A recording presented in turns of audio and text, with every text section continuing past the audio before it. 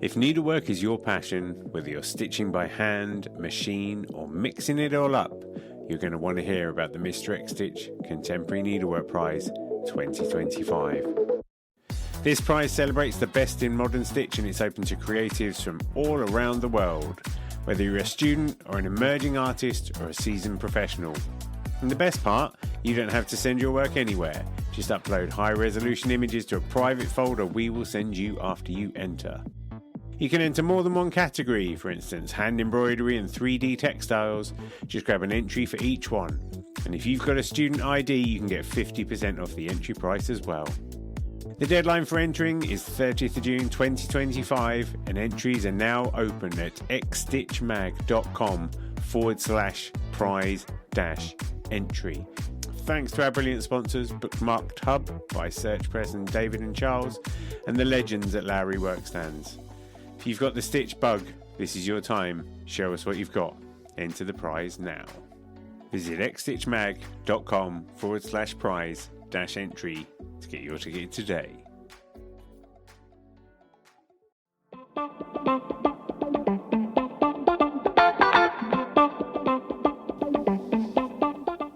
Welcome to NeedleXChange, the podcast where embroidery, textile art, and storytelling meet.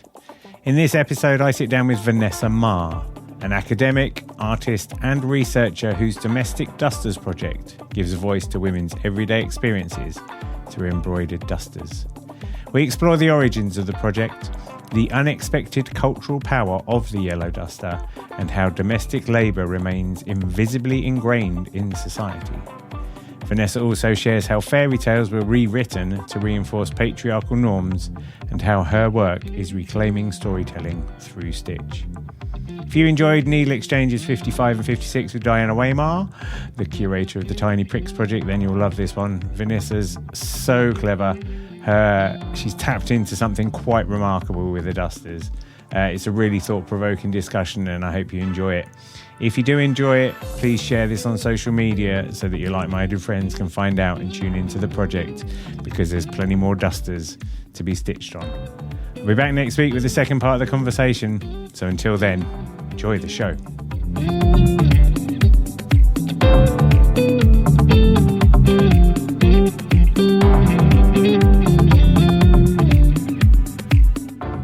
So I had my opening question.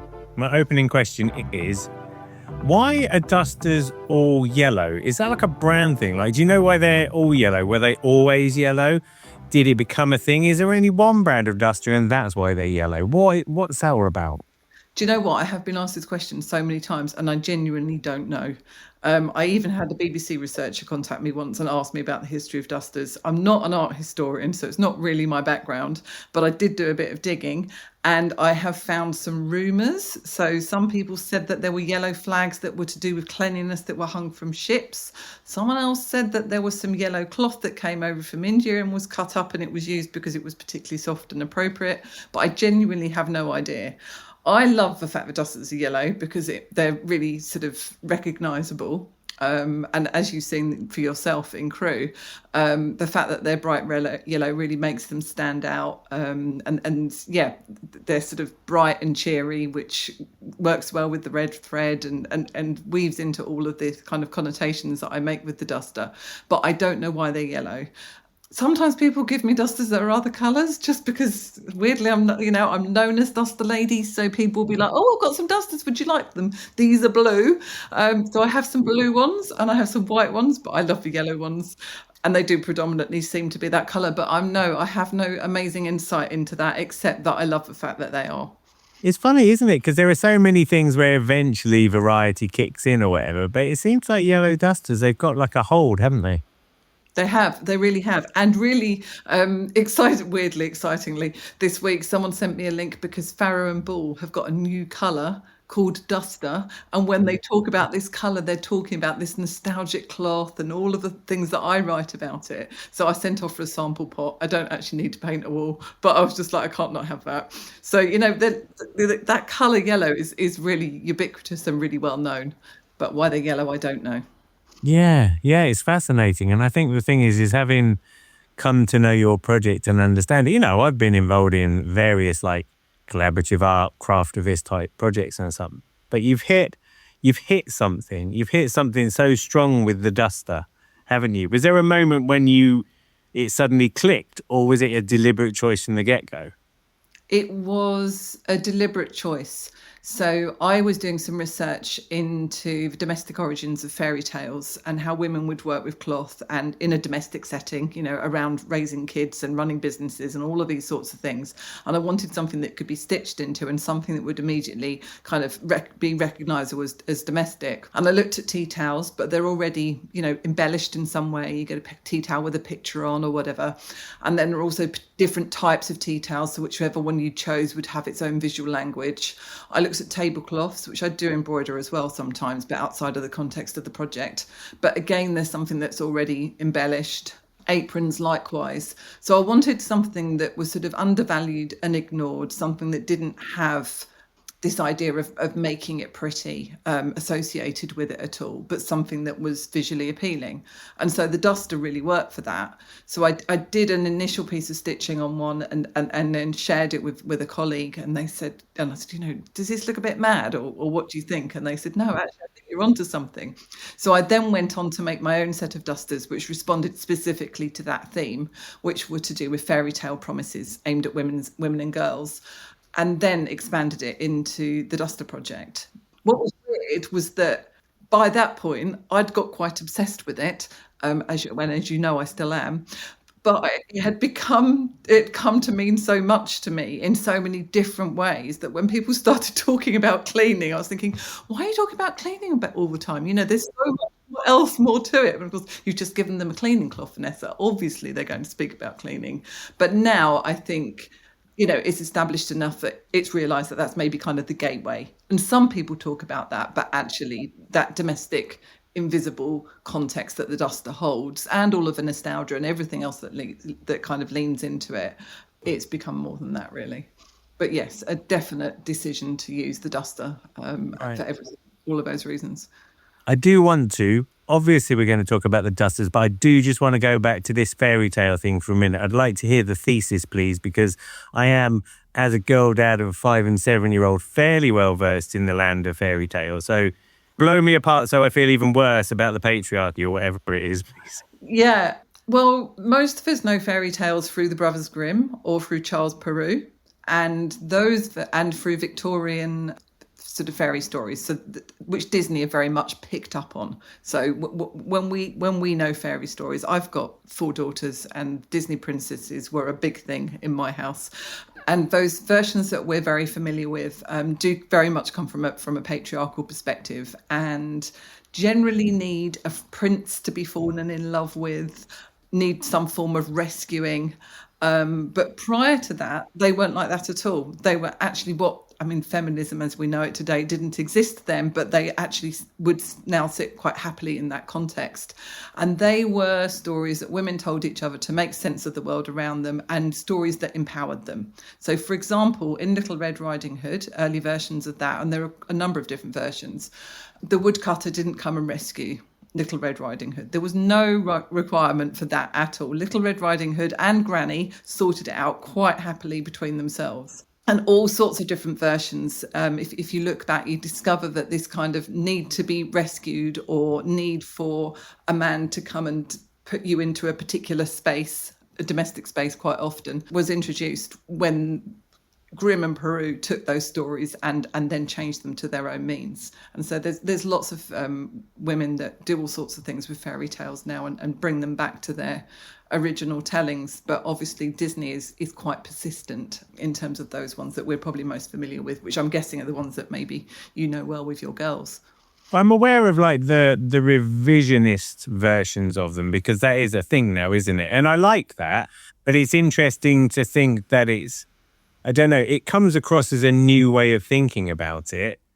But so it's nice to know it isn't. It's just an adaptation, a correction, I guess. A reimagining, yeah, I think absolutely. I mean, I'm a big fan of Angela Carter, which is probably not appropriate to read to your girls, but they'll like them when they're older. She's done some brilliant reimaginings where she sort of looks at it from a different perspective, or re-empowers them. In fact, I embroidered a whole tablecloth all about that once upon a time. So I think what interested me most about it, though, was this storytelling thing that women do. You know, a woman meets we do it all of the time. I mean, humans do it all of the time, but particularly women, I think, like to find the stories they can tell each other, and that's how they make that connection.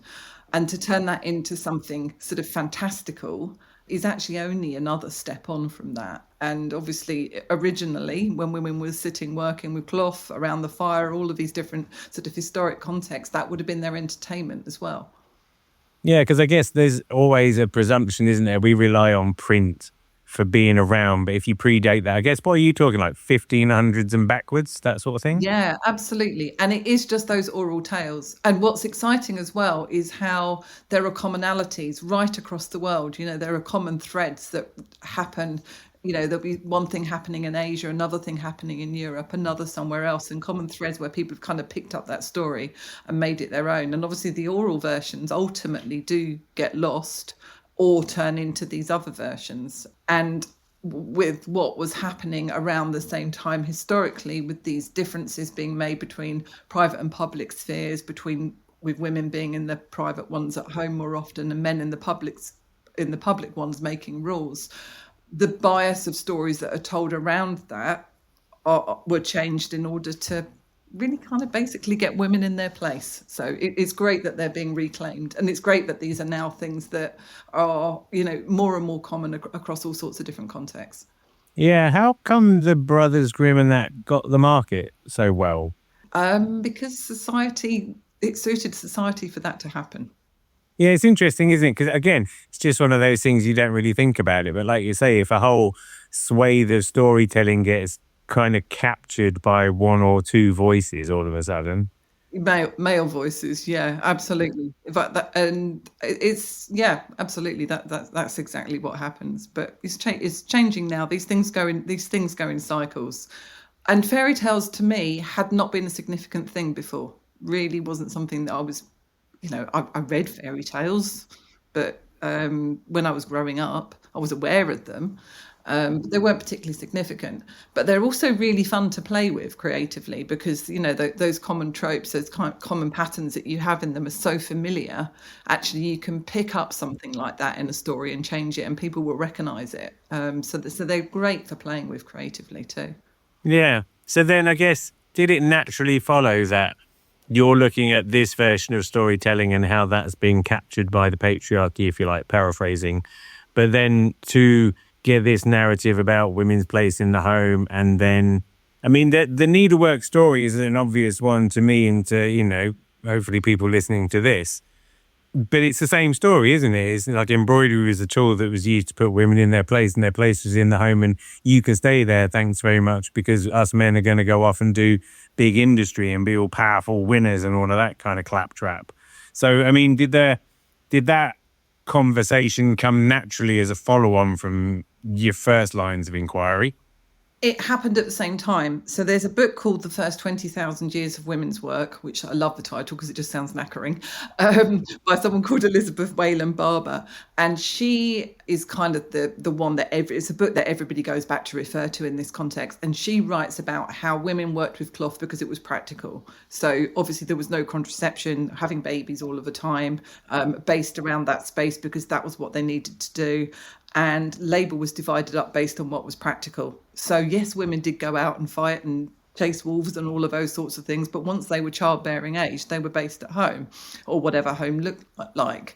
And so they started working with cloth practically, and for a long time that's what they did. You know, it wasn't so much a gendered thing, but as society developed and it became more and more patriarchal, again that division was made. So you're quite right. Stitching, weaving, spinning became so-called women's work. And of course, men did it, and men have always done it.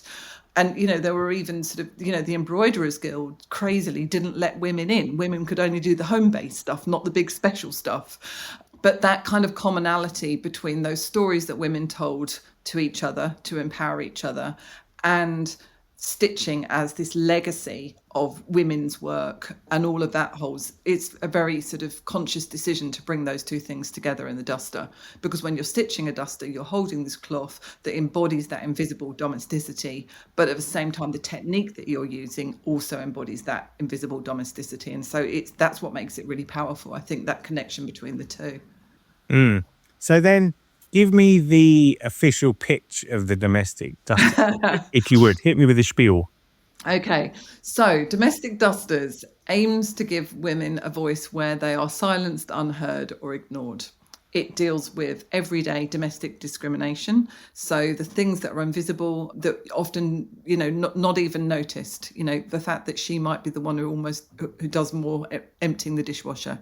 She is more often the one who holds the mental load, so-and-so's got an appointment. We need to pick this up from the supermarket. That needs to happen. Feels that legacy of responsibility as well. So, things might be shared equally, but, visitors come round, the house is a mess. There is this kind of legacy that means that she will be the one that feels, oh God, that's really bad, I'm going to be viewed badly because of that. So all of it coming in all sorts of different ways, through motherhood often, but not just through that, because this has been the way for so long that everyday discrimination still happens. And that's where it started. That started with, I'm fed up with this, I can't be the only one who feels like this, let's get our voices together.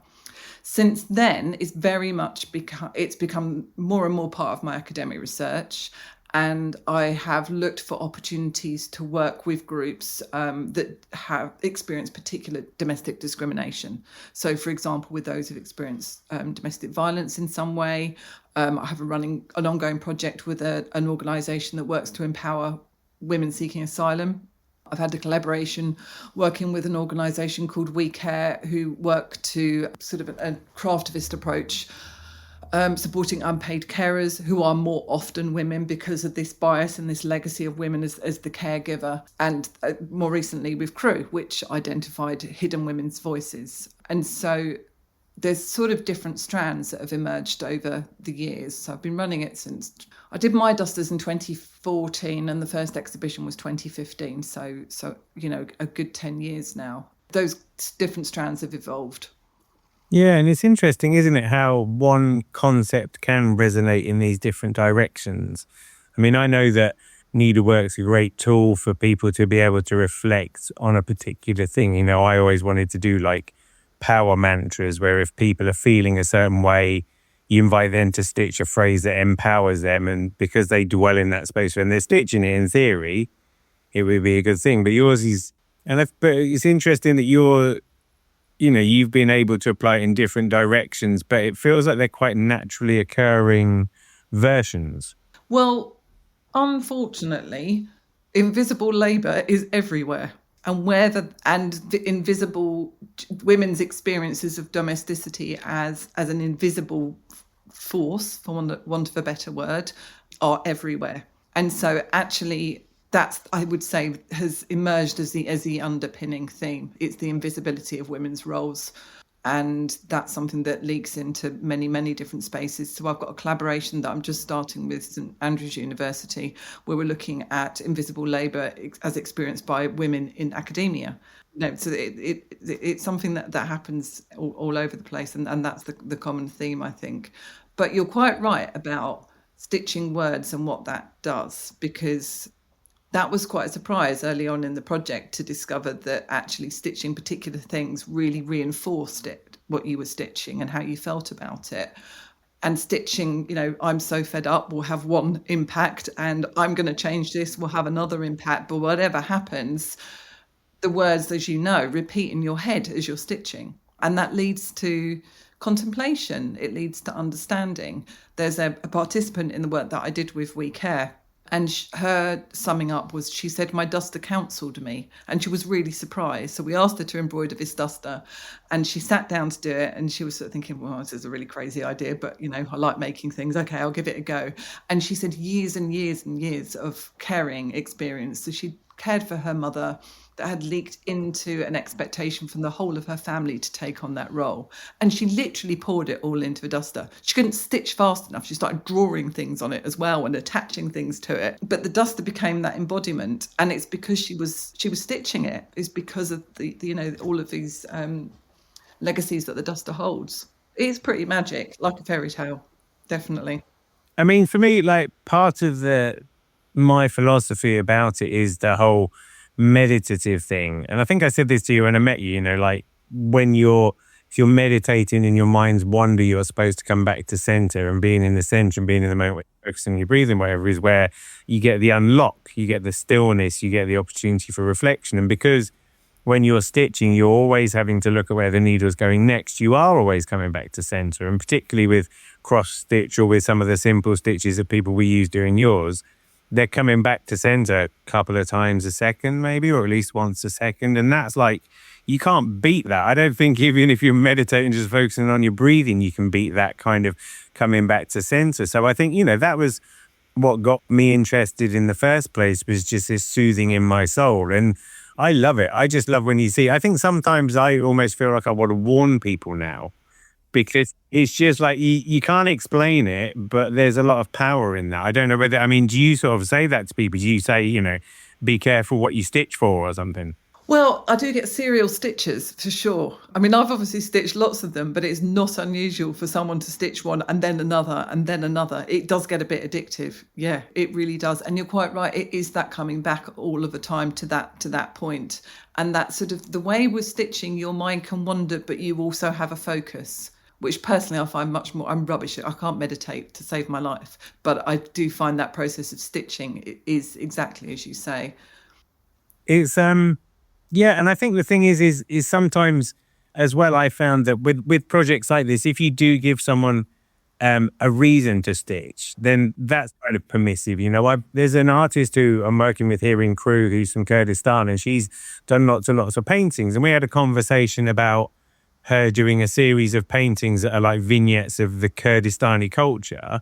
And she's really happy now because suddenly she's got a direction to point in. She hadn't found it. And it's not congratulations, but to myself, but by like having the conversation and suddenly giving her a reason to paint, it's just really helped her like get along with it. And I found in all the experiences I've had of projects where you're inviting people to take part in a thing, you've given them a reason, and people find their own reasons. But by sometimes if you offer it up on a plate in a way like that, and particularly if it's underpinned by a sense of goodness, like people just really kind of get into it, don't they? They really crack on.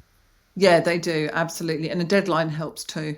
That really helps. So lots of, I mean, I've got hundreds of dusters in the collection, but I bet there are almost as many that people have started. And it takes longer than people think sometimes, or, you know, the deadline passes and it doesn't get stitched for some reason. But yeah, absolutely. I think having that kind of purpose, I think that's why people like kits, isn't it? They want to stitch something, but it's like, well, what do I stitch? This gives a framework, it gives a purpose, it gives you a voice. And I've kept it intentionally open. I mean, people have suggested in the past, why don't you do kits? And I do toy with the idea every now and again. But I actually like the fact that you're saying really simple stitching. Some people do very complicated stitching, but you can literally do it with running stitch. But it is a framework. There's a purpose. There's usually a deadline. There's always something coming up that people can submit it to. And the touring collection is always kind of open for submissions and growing. So I think you're right. Giving that context and that purpose does give people almost like permission. I've heard people have written to me and said, I've created space to stitch my duster where I haven't had the space before. You know, people who do it aren't people who have time. These are people who are extremely busy.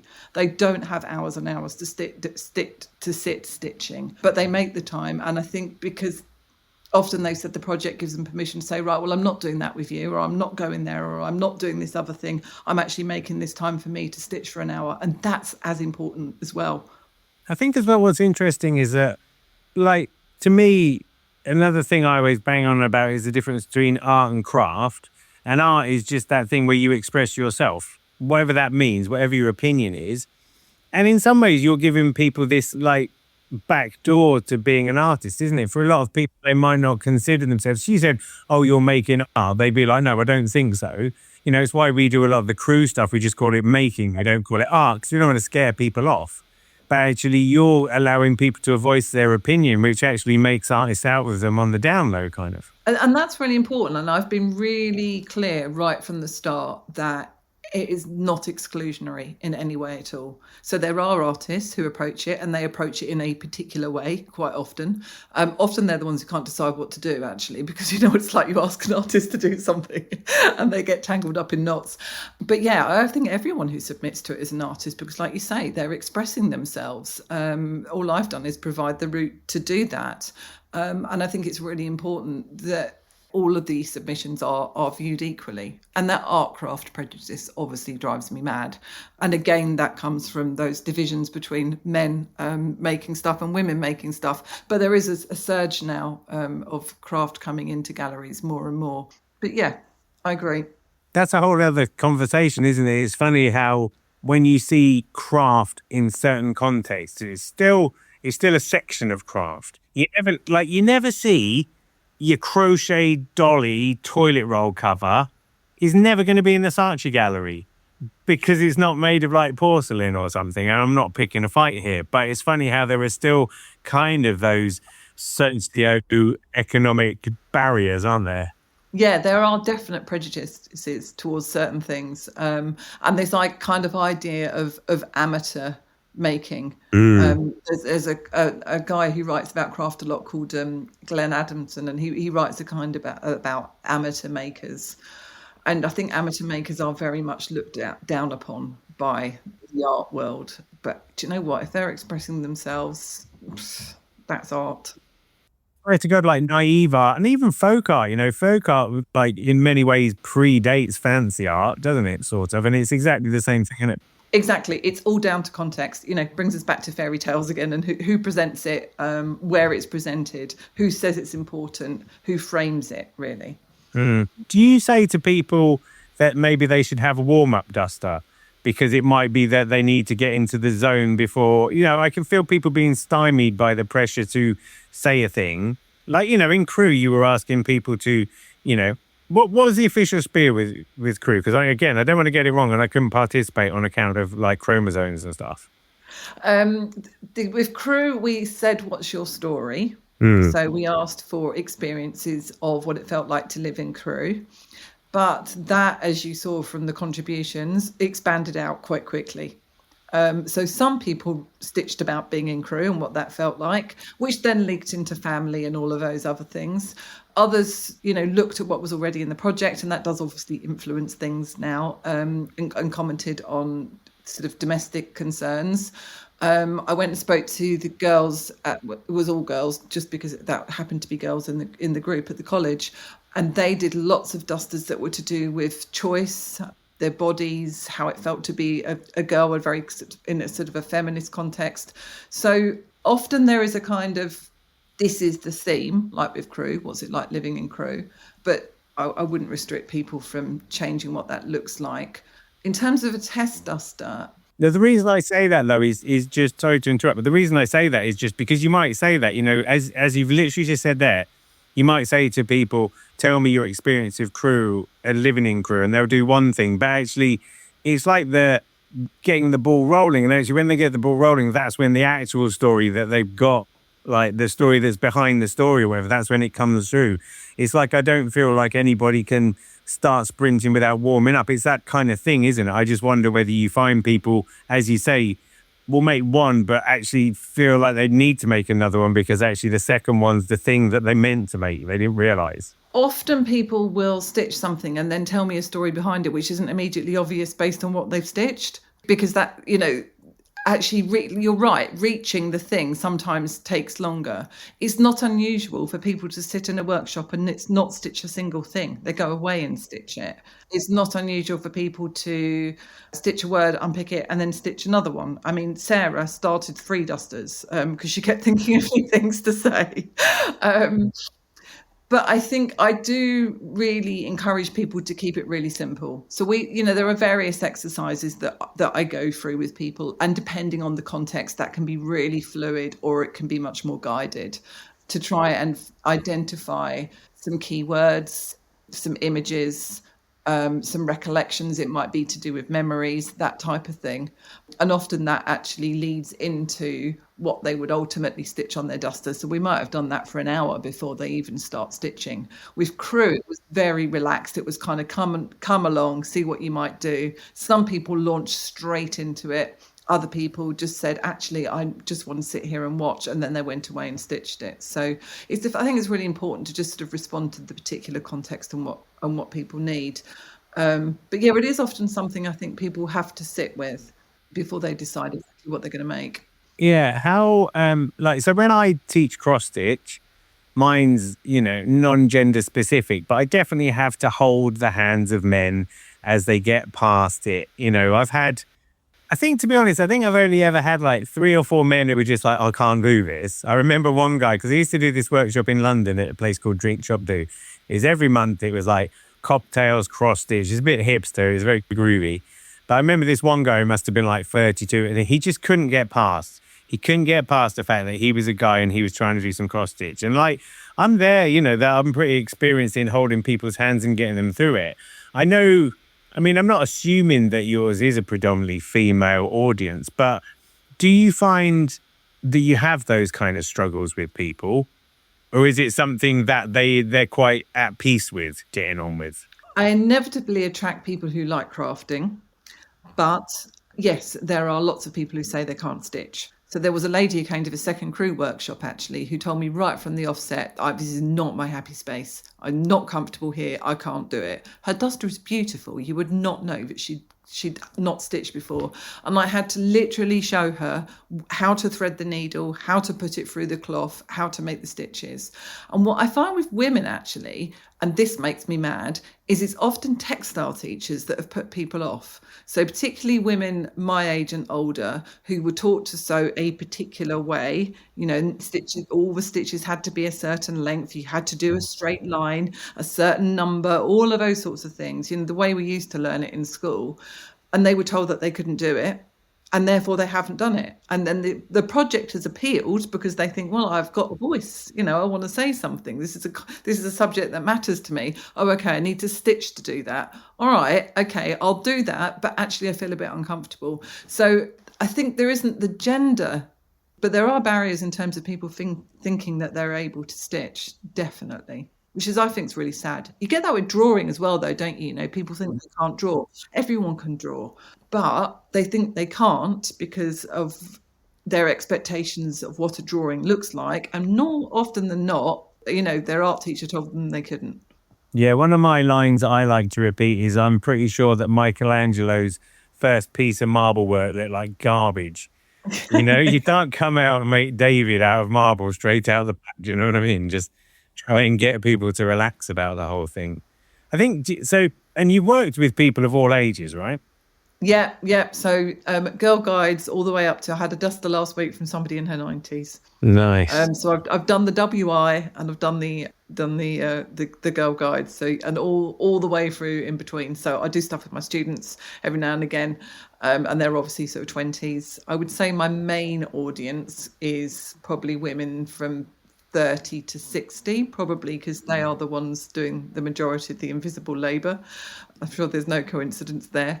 But yeah, all ages, and that's great as well. And sometimes kids, the workshop we did last Saturday at the library, there were kids that came along and did some stitching because we were in the library and it was a Saturday.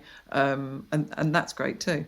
Yeah. I broke my own personal record the other week when I taught my daughter's beavers class, which was a favour. But they were between the ages of 6 and 8, and I was incredibly nervous. I tend to be happy when I'm teaching people whose age is in double figures. Yeah. It's just because of the amount of time you have to spend threading needles and all those things. Yeah. They did particularly well, and I hope she's not going to listen to this. Arguably, the worst student was my own daughter, who refused to listen to anything I say.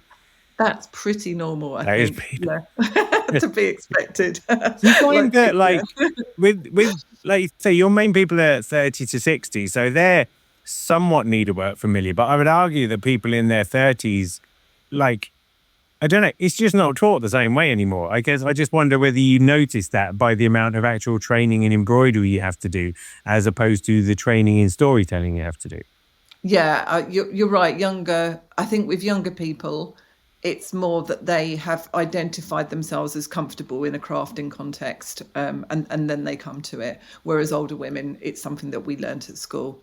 And sadly, textiles seems to be almost non-existent in high school curriculum, certainly where I live, which is a real shame. COVID helped. There was obviously a massive surge in COVID with people going back to those crafts. So I think that helped in terms of people wanting to learn how to do it. And obviously there's a massive digital revolution at the moment. And at the same time, people go back to tangible activities, don't they? It's like the arts and craft movement almost happening all over again.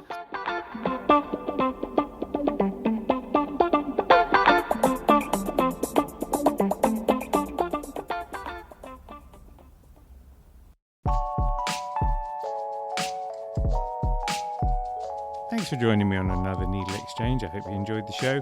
I'd love to hear from you, so feel free to email hello@needle.exchange, that's NEEDL.exchange, with any thoughts, comments or feedback. And if you want to keep up with all the news, sign up to the Needle Exchange mailing list at bit.ly/needleexchange. See you next time.